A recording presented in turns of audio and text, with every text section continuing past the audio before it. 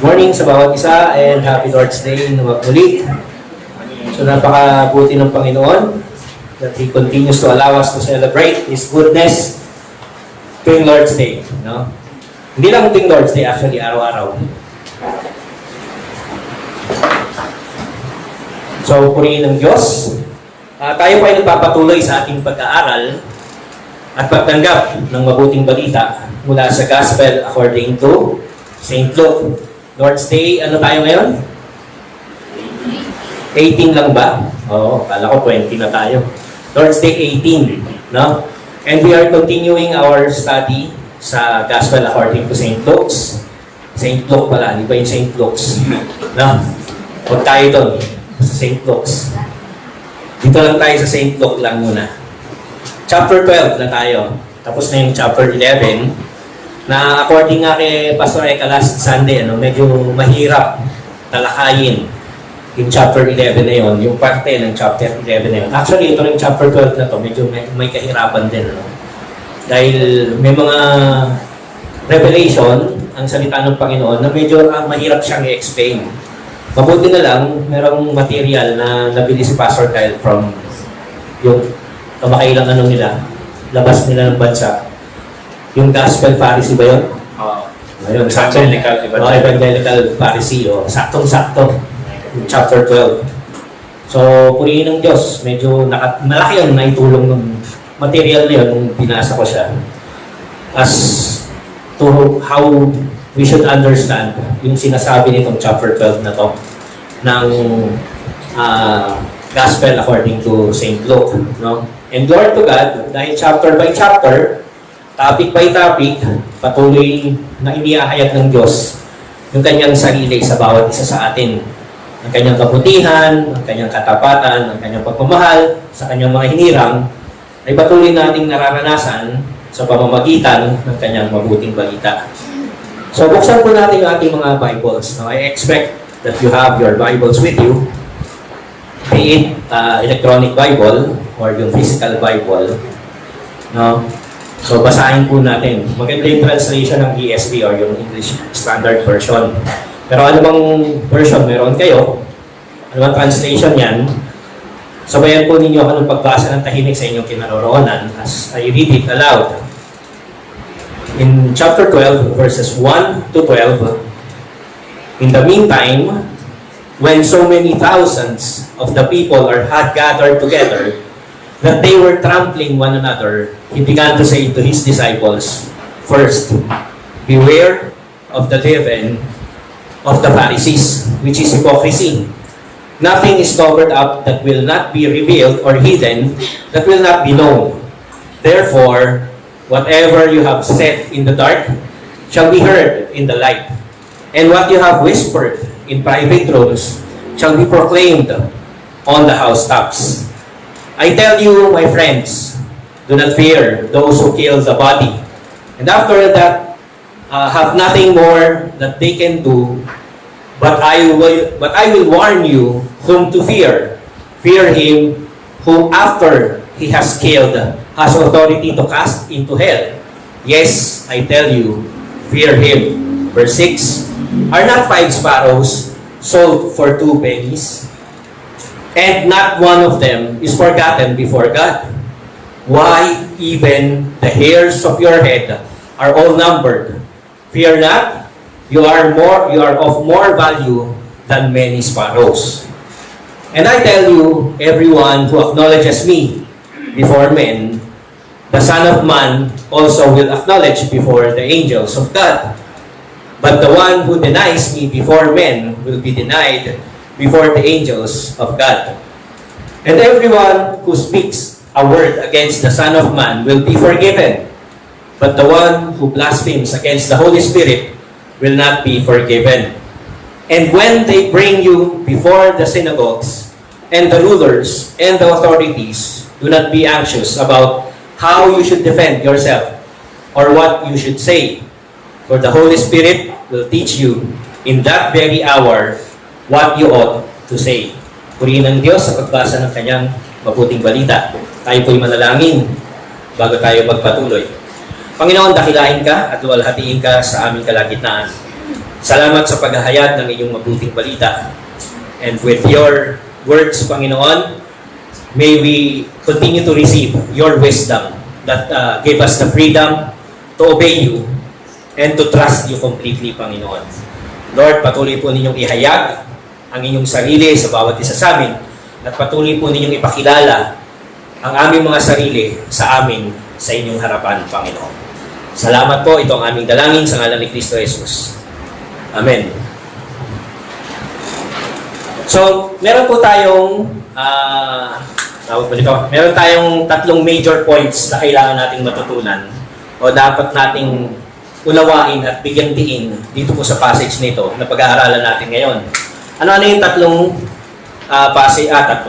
tatlong major points na yon, no? Ano yung mga tatlong major points na yon? Una, avoid the sin of hypocrisy. God is watching, He knows. No? Pangalawa, afraid of those who intimidate you? Question mark.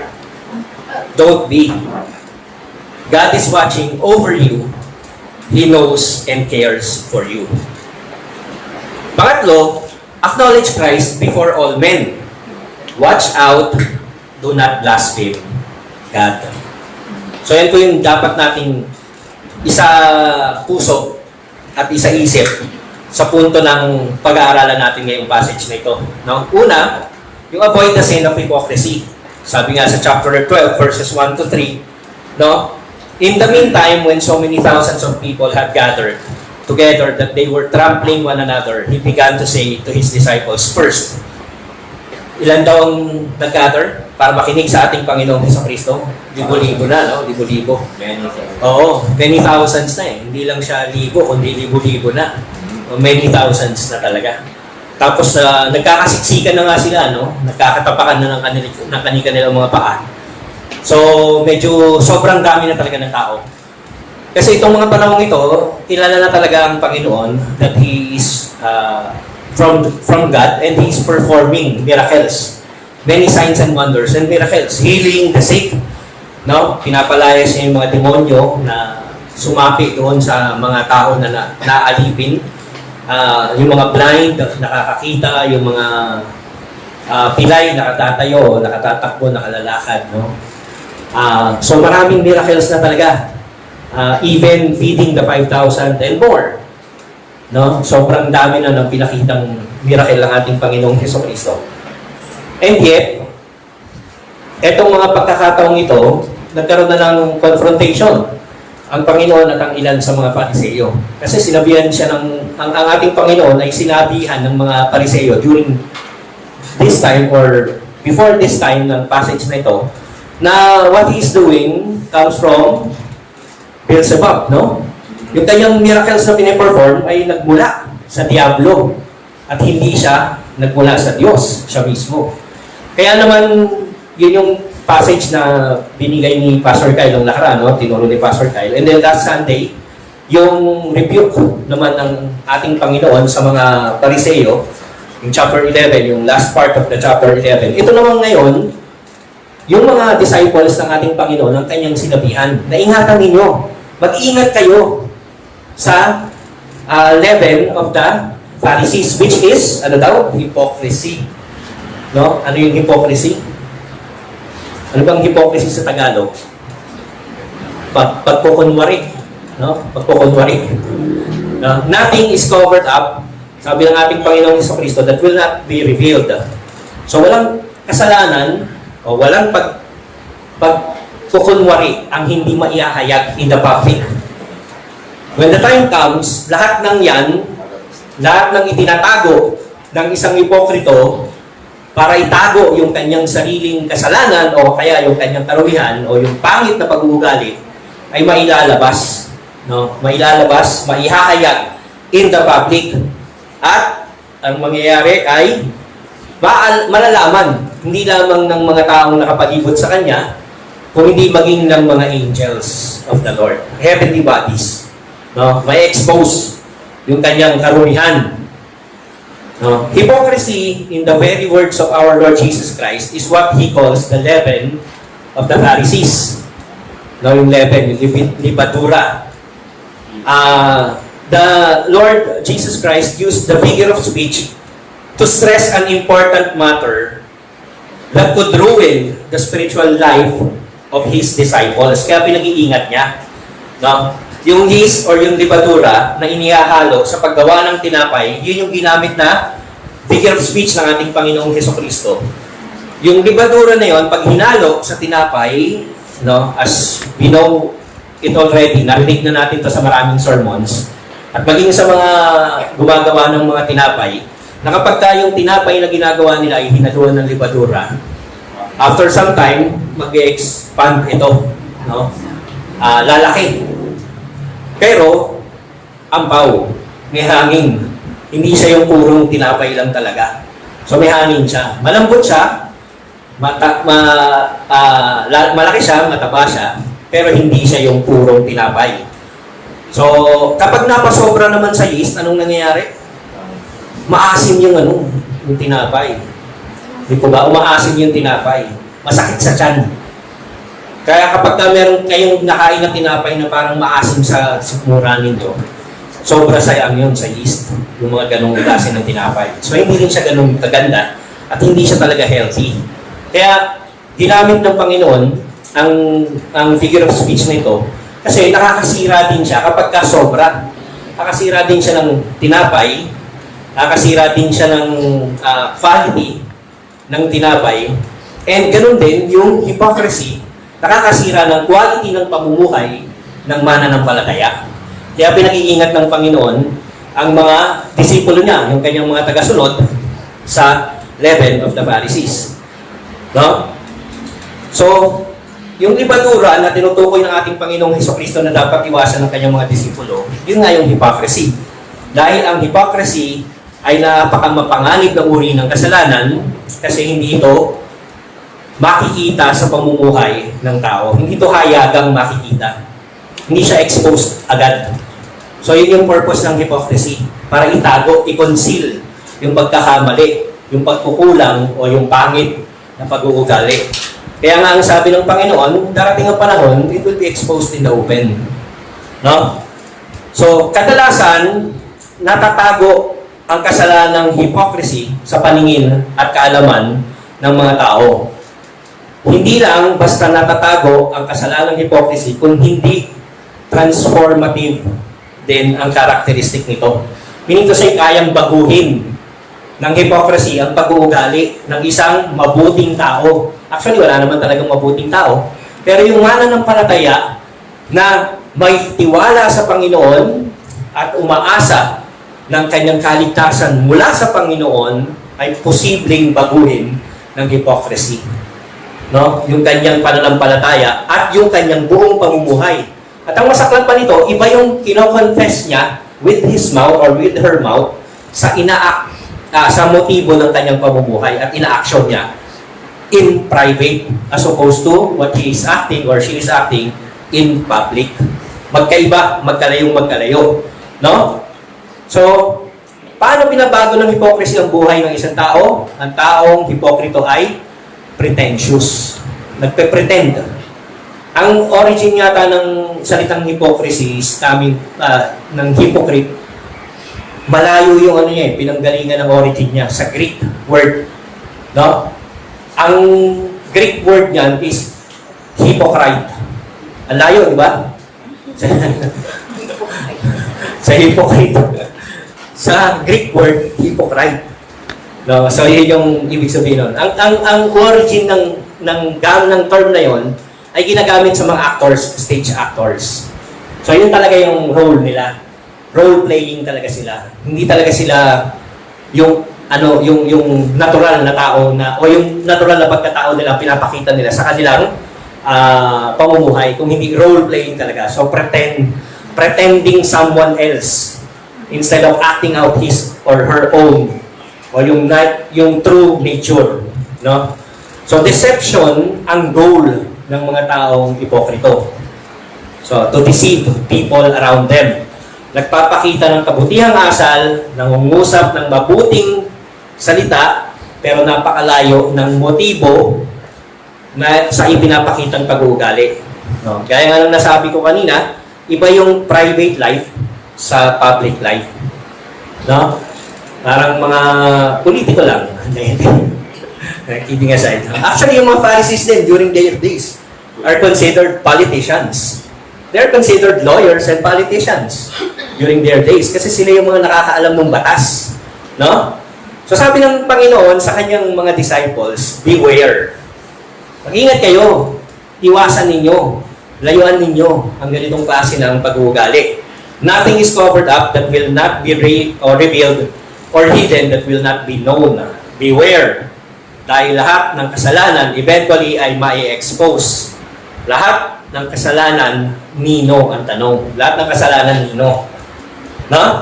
Sabi po ng salita ng Panginoon, all. Anong ibig sabihin ng all? Lahat. So lahat ng kasalanan ng tao. Yung unbelievers, for their condemnation, may expose yan. No? In the end times, may expose yung kanilang mga kasalanan, maiyahayag into the public para sa kanilang condemnation. Para wala na silang lusot. No? Na talagang just o tama lang yung judgment ng Diyos para sa kanila. No? Pero, maging ang mga believers, yung mga maling aksyon ng mga believers, yung hidden actions ng lahat ng believers, no, will also be exposed in the sight of God and of all angels and of all men. Lahat din. Akala ko ba there is no condemnation before the Lord to those who believe? Tama naman yun. Totoo yun. Hindi nagkamali ang salita ng Diyos doon.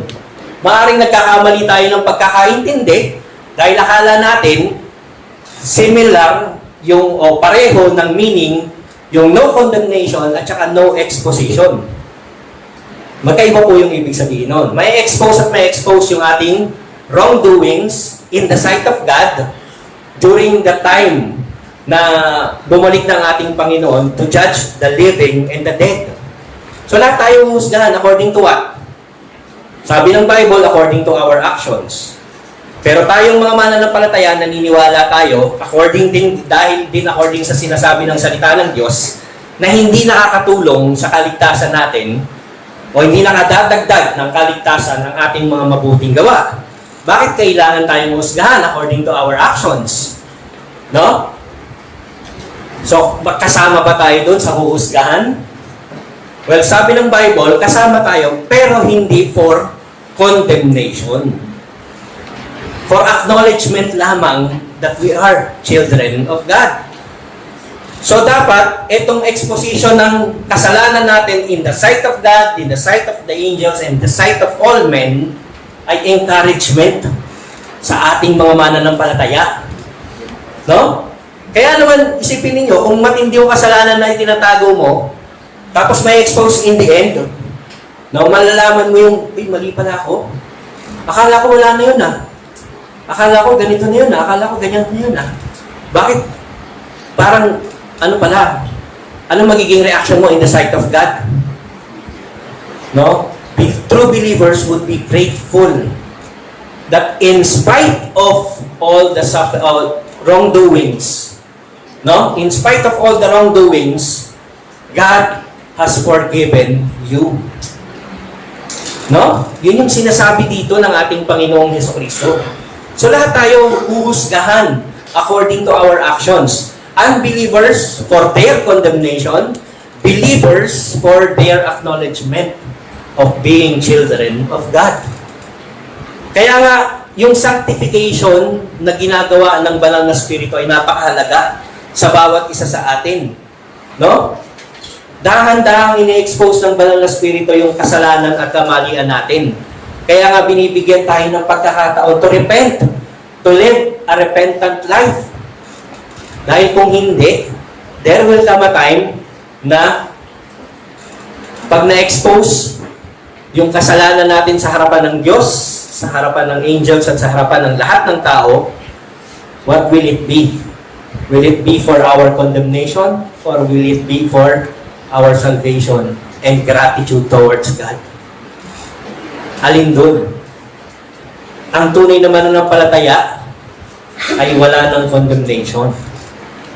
No? Magulat ka man sa pagkakasala mo, ang ikagugulat mo ay grabe. Ganyan kabait ang Diyos na meron ako. In spite of all my shortcomings and sin, He still has forgiven me. No? Hindi yung, Lord, maliit lang naman kasalanan ko, bakit mapupunta ako sa hell? No? Sino dito yung mga taga-Antipolo Hills? Antipolo. Minsan kasi merong isang pastor, sabi niya, kamusta kayo dito sa mga taga-Antipolo Hills? Buksan natin mga Biblia sa ikalawang Pedro. Hindi. Kidding aside, no? So, yun yung pasasalamat na meron tayo sa Panginoon. Dahil even though time will come, our shortcomings, yung ating sin will be exposed in the sight of God, in the sight of men, all men, and in the sight of angels of God. Still, hindi yun para sa condemnation ng bawat isa sa atin.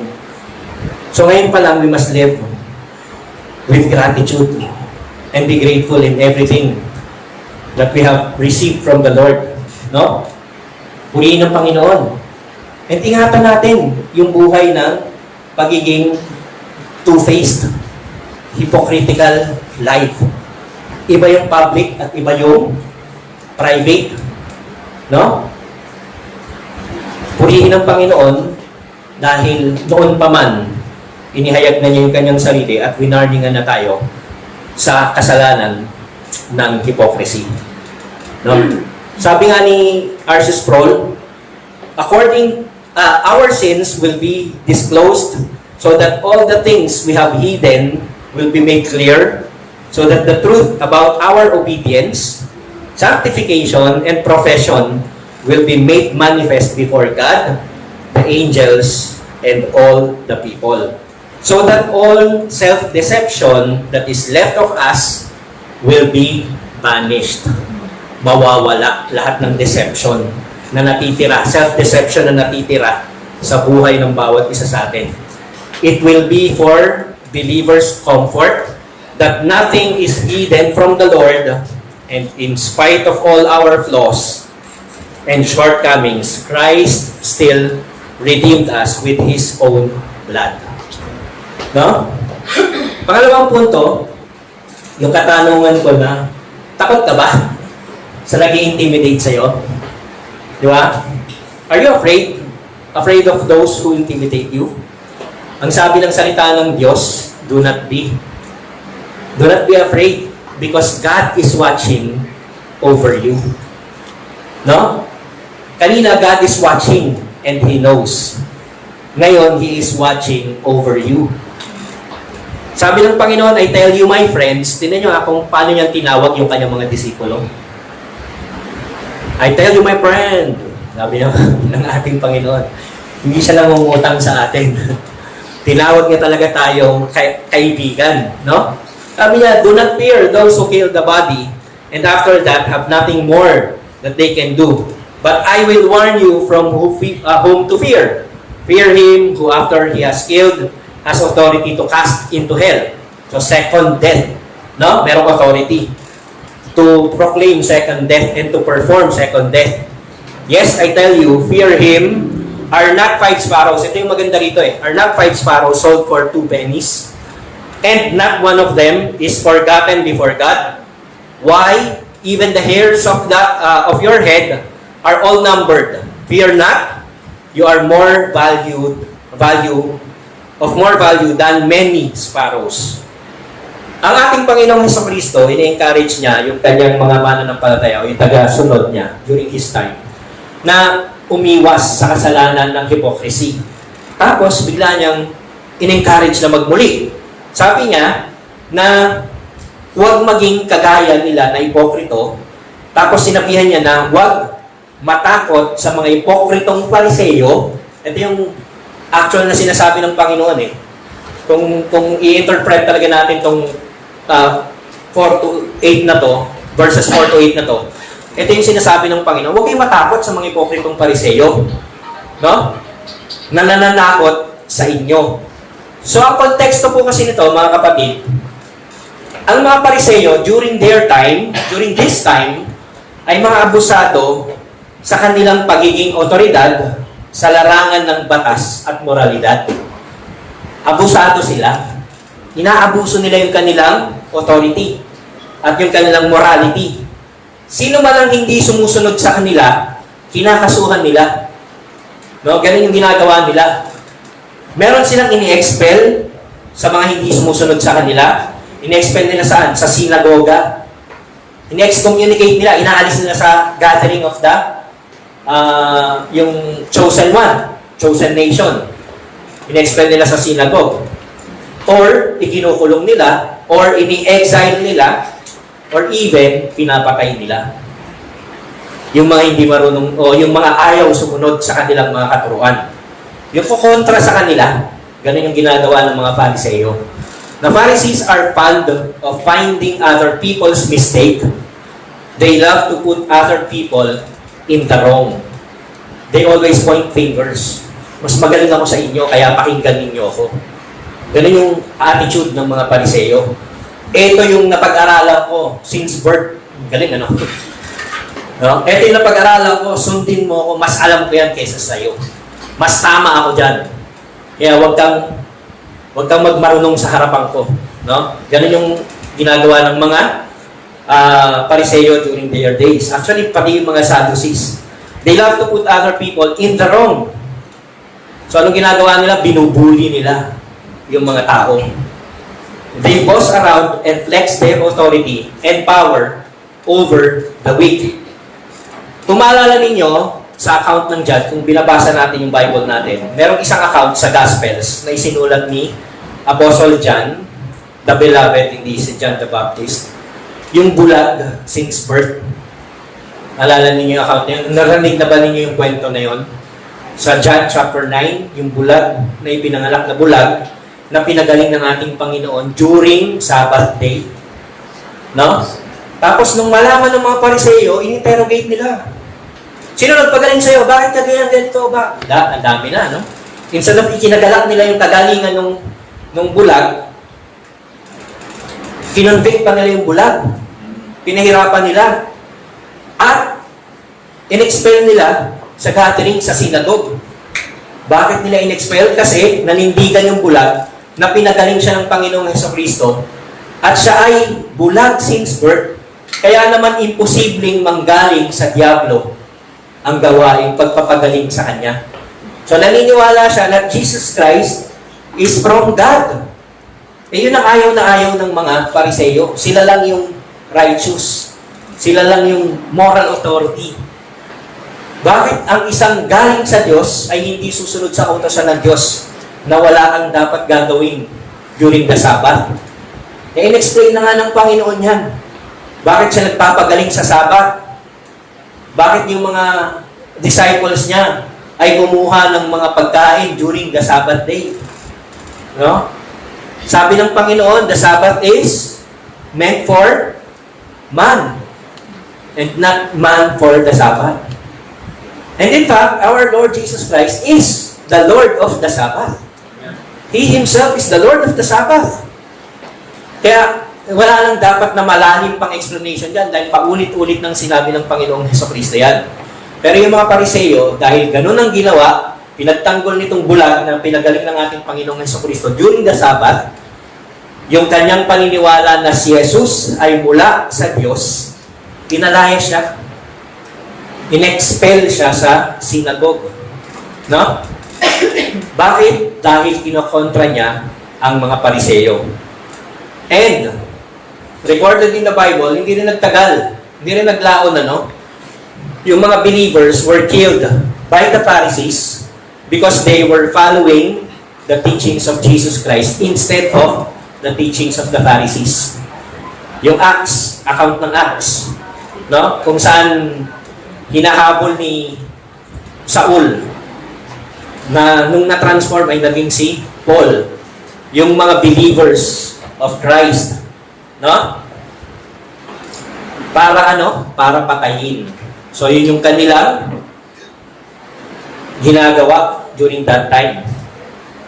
Binubuli nila yung mga mananampalataya na hindi sumasang-ayon sa kanilang mga katuruan. No? Binigyan ni Jesus ng assurance ang kanyang mga tiga-sunod na pinahahalagahan sila ng Diyos. So, ganun katindi yung assurance ng ating Panginoong Hesukristo. Sabi ng ating Panginoong Hesukristo in verse 6, "Are not 5 sparrows sold for 2 pennies? No? And not one of them is forgotten before God.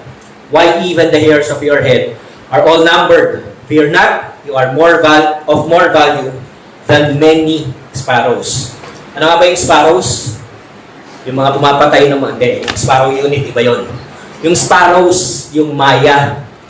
Ibon na maya. Maliliit yung... Sino nakakita ng maya? Ibon na maya. Maliliit lang siya. Yung pakalat-kalat na ibon dyan. Yung mga maliliit na yon. Pero nakakita na ba kayo ng maya na kulay parot? Kulay green, kulay pula, kulay blue. Nakakita na kayo ng ganon? Nung grade school kami, usong-uso yun sa bawat public schools. Sa labas ng public school. Yung mga colored na ibon, binibenta sa mga estudyante. Tapos meron pa yung mga maliliit na rattan cage nila. No? So, binibenta yon. Noong mga panahon namin, nung elementary kami, ang presyo nun, siguro 25 centimos, 50 centimos, o kaya piso. Depende sa ano. Eh, ang baon lang naman namin nun, mga 25 lang eh. Ang pandisan namin nun, 10 centimo. No? So, yung baon namin, 25, malaki, mayaman ka na nun. Hindi, kidding aside na.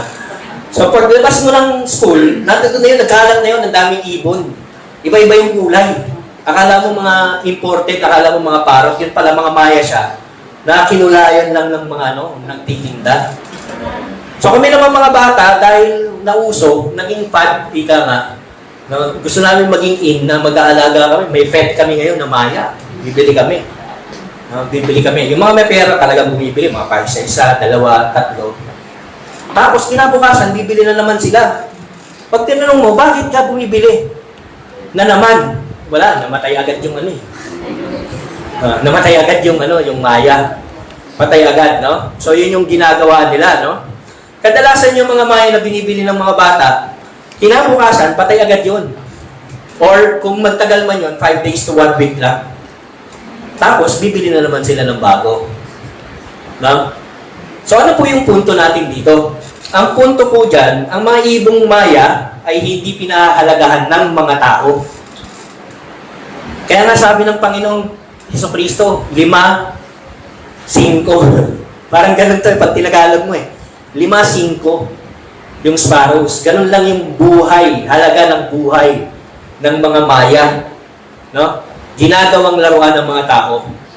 Pero kahit ganun, sabi ng Panginoong Hesukristo, mahalaga ang bawat maya sa harapan ng Diyos. No?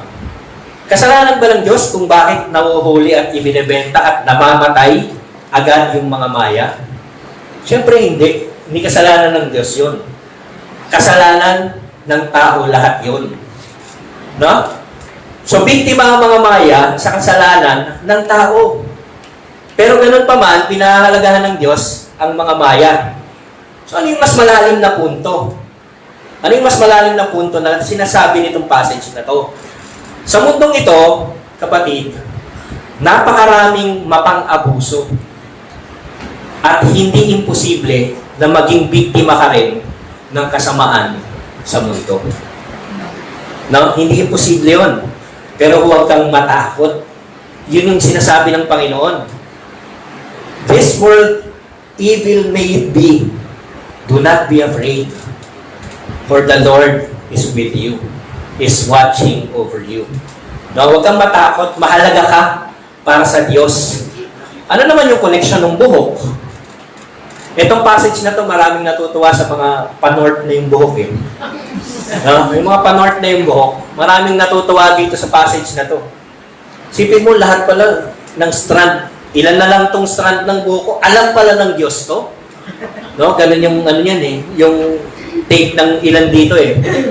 Pero anong ibig sabihin at anong connection ng buhok dito? No? Ibig sabihin, sa araw-araw na maraming nalalagas na buhok sa ulo mo, kahit na gano'n pa kakapal yan, araw-araw may nalalagas talaga dyan. No? Alam pa rin ng Diyos ang kalagayan ng ulo at ng buhok mo.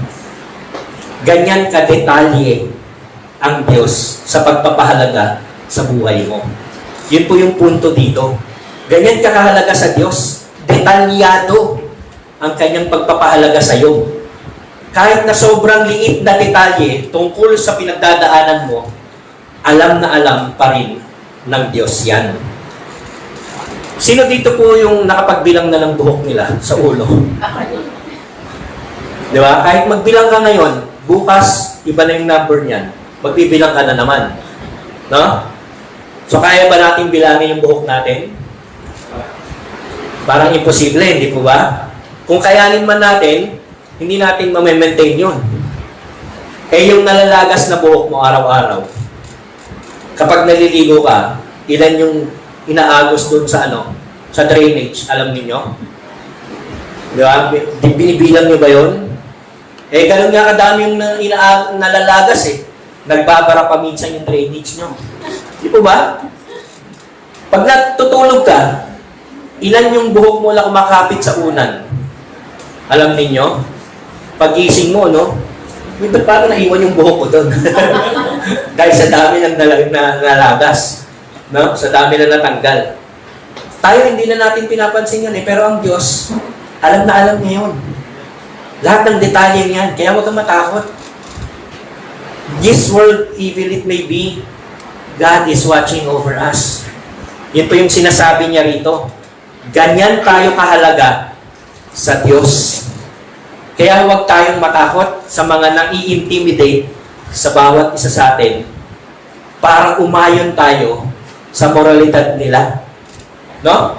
Kahit patakutin tayo na ika-cancel tayo kung hindi tayo sasangayon sa kanila. No? Sabi nga ng ating Panginoong Jesus, huwag kang matakot kahit takutin ka pa, napapatayin ka nila. Manindigan ka para sa katotohanan ng Diyos. Huwag kang magpa-impluwensya na maging kagaya nila na ipokrito. No? Double standard. Two-faced living.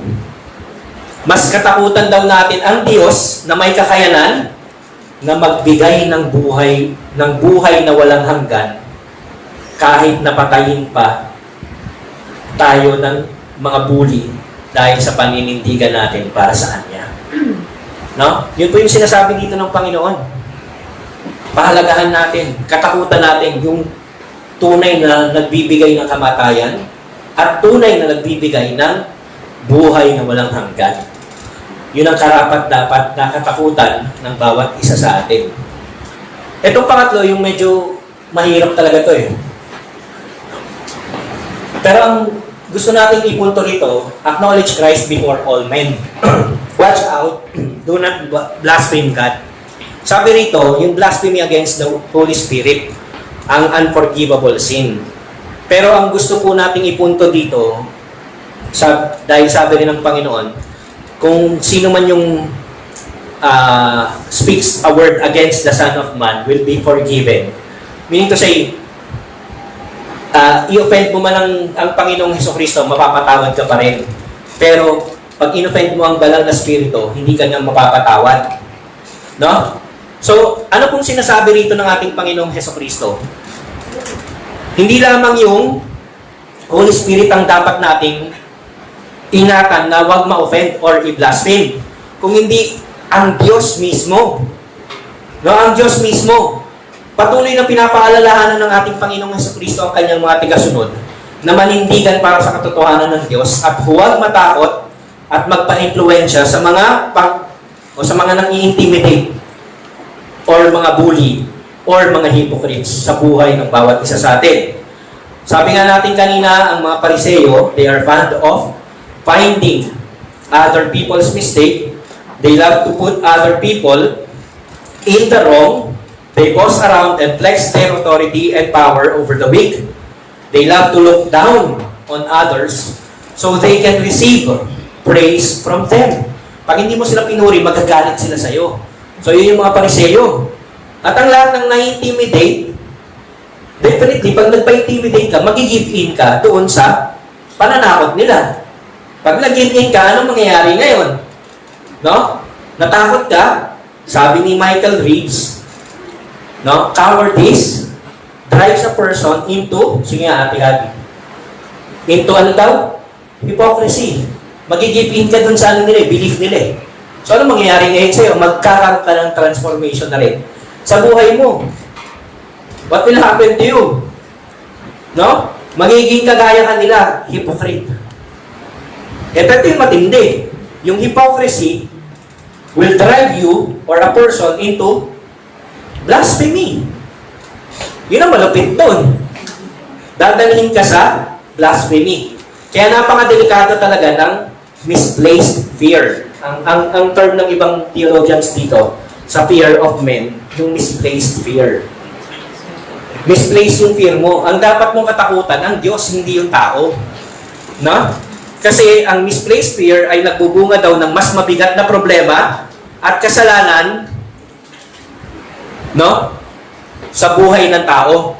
Dahil ang misplaced fear, magagaya ka sa tinatayuan ng kinatatakutan mo. May impluwensyahan ka sa pinaniniwalaan ng kinatatakutan mo. No?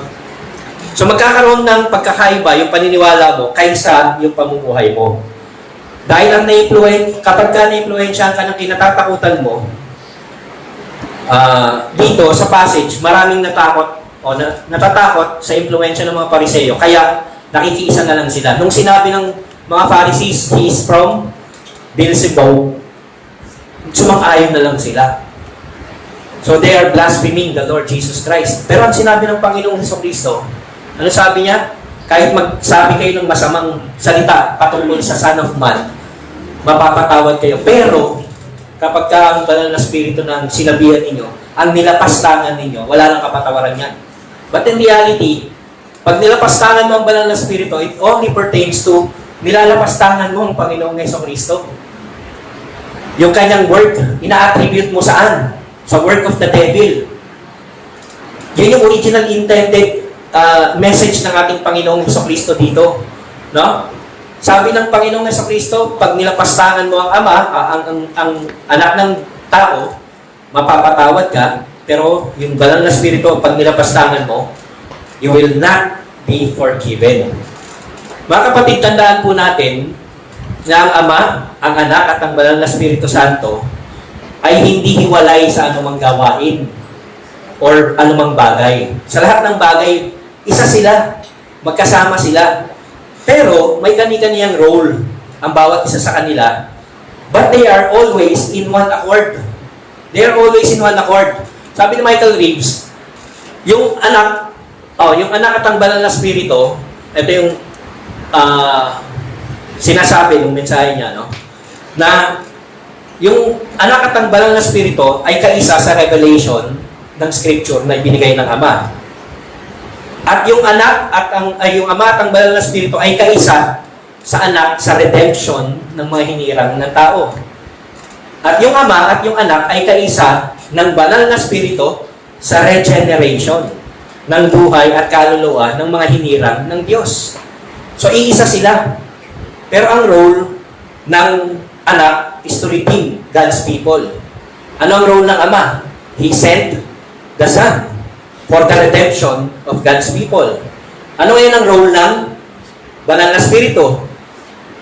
God the Father and God the Son sent the Holy Spirit for the regeneration and sanctification of the lives of God's people.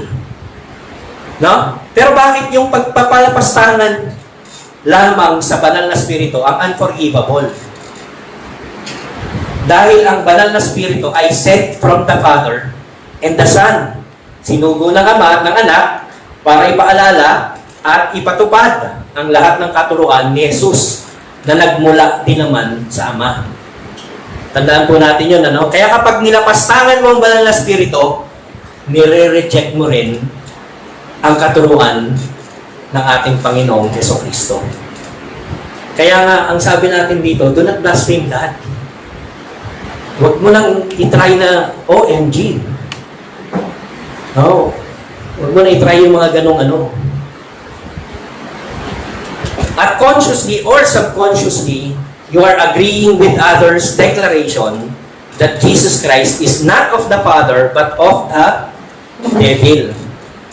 No? So, ito po yung original intended message ng ating Panginoong Hesukristo. Ng ating Panginoong Hesukristo during these days. Na kapag ka in-attribute mo yung work ng ating Panginoong Hesukristo sa evil one, then you are blaspheming the Holy Spirit. Pag patuloy mong nire-reject yung work ng Panginoong Hesukristo of redemption, you are blaspheming the Holy Spirit. Pero, sa pag-usad po ng panahon, mga kapatid, nag-evolve na din yung application nito. Nagkaroon ng evolution yung application. Application na. Yung intended meaning remains the same. No? Patuloy mong nire-reject yung katuruan ng Panginoong Hesukristo, you are blaspheming the Holy Spirit. The same yung meaning niyan. Pero paano yung application ngayon? No? Paano ang application? Ang mga hipokrito ngayon ay hindi na inihahalin tulad si Hesukristo sa Diablo. Na wala na pong nagsasabi ng gano'n, Christ is of the devil. Wala na po.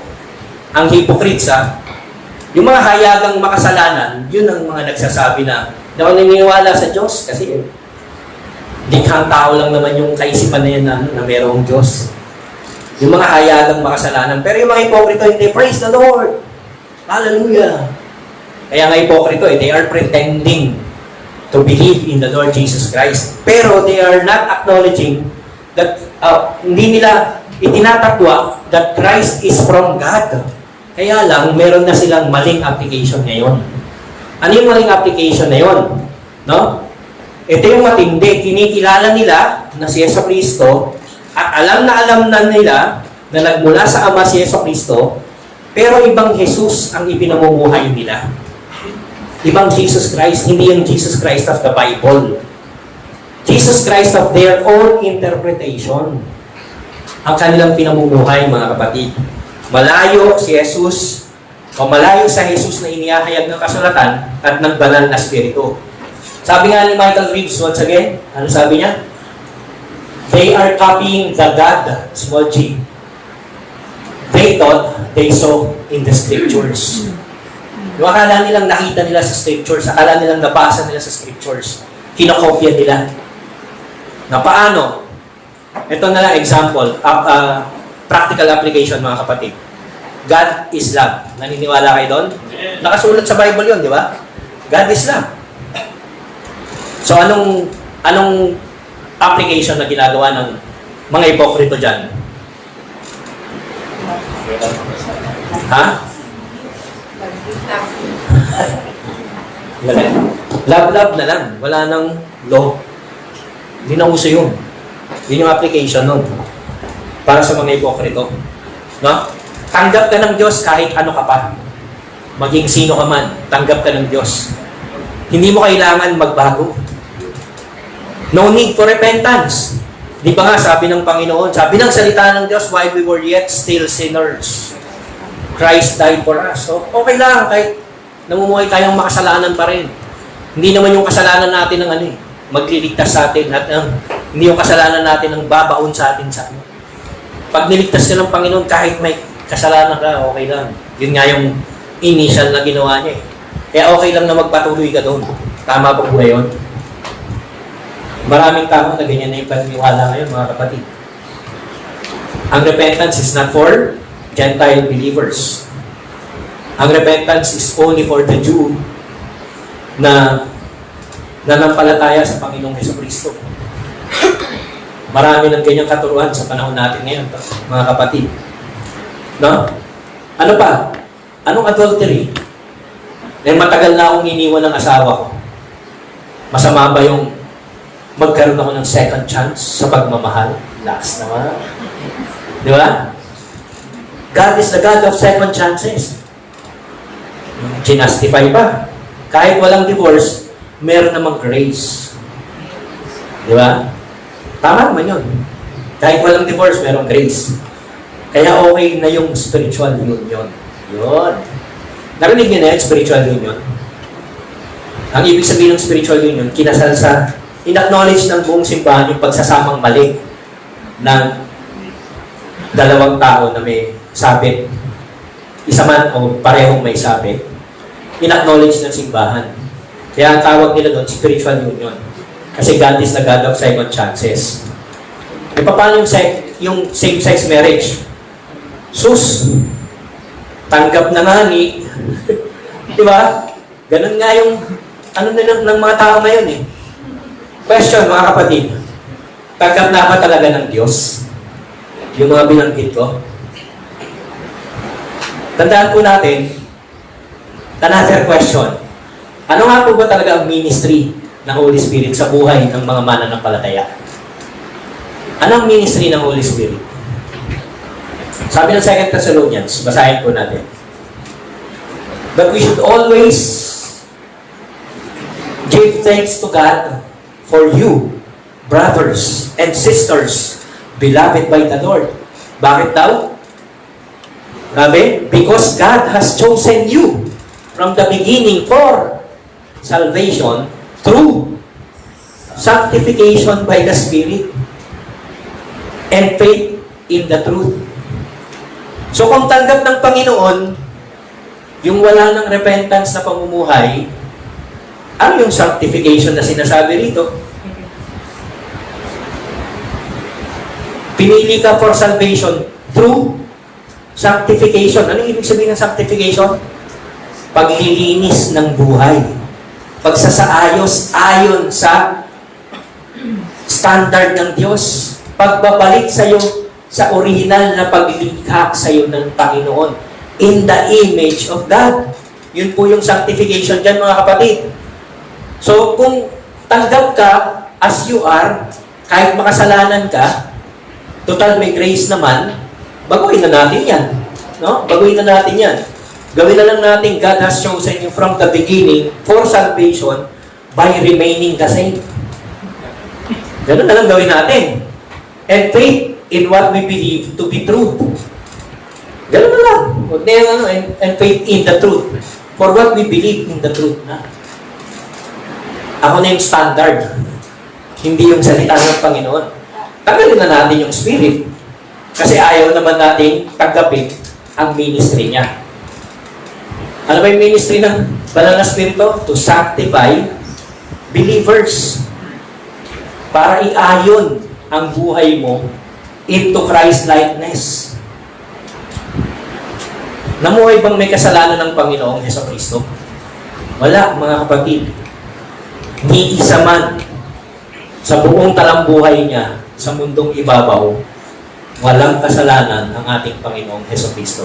At ang role ng Banal na Espiritu is to make you more and more like Christ. So kung tatanggalin mo yung Banal na Espiritu, then you are clearly blaspheming the Holy Spirit. No? So the passage is very clear. Connected ang blaspheming the Holy Spirit sa hypocrisy at ang pag-claim ng pagiging Christian pero ayaw naman mag-conform sa work ng Holy Spirit ng regeneration and sanctification ay malinaw na paglapastangan or pag-blaspheme sa banal na Espiritu. Paalala lang, mga kapatid, sabi ng Ephesians chapter 2 verse 10, for we are, basahin nga natin ng malakas. We are God's handiwork, created in Christ Jesus to do good works, which God prepared in advance for us to do. So mga kapatid, all sin, lahat ng kasalanan will be exposed. Kaya we are encouraged by Christ to avoid becoming a hypocrite. Do good works instead of becoming hypocrite. No? God knows you and He cares for you. Dahil you are His handiwork. No? And you are created in Christ Jesus. So let us acknowledge Christ before all men and let us submit to the sanctifying work of the Holy Spirit. Tayo po'y manalangin. Panginoon, dakilain ka at luwalhatiin sa aming kalagitnaan Maraming salamat, Panginoon, for always reminding us of your goodness and your faithfulness. Totoo na kami po ay tinanggap ninyo kahit na kami ay makasalanan. Pero hindi po kayo titigil hanggat hindi kami umaayon sa inyong kaluwalhatian. Dahil kaya nga po ninyo pinadala ang banal na Espiritu so that we may be transformed in the image of Christ. Salamat po ng marami, Panginoon, for you loved us so much that you have given your Son, Jesus Christ, to die for us. Thank you very much, Panginoon, for reminding us, O Lord God, that you love us, though others do not accept us, still, you are with us, Panginoon. Maraming salamat, Panginoon, dahil pinaalala ninyo sa amin through your word na lahat ng detalye ng buhay namin o pinagdadaanan namin sa buhay ay hindi nakalulusog sa inyo. Alam po ninyo ang lahat ng ito at patuloy po ninyo kami pinahahalagahan. And you have shown your willingness, Panginoon, to receive us as we receive the ministry of the Holy Spirit in our lives. You will continue to intercede for us, Panginoon, so that we may continue to be transformed in the image of God sa buhay namin. Salamat po, as we pray. Amen.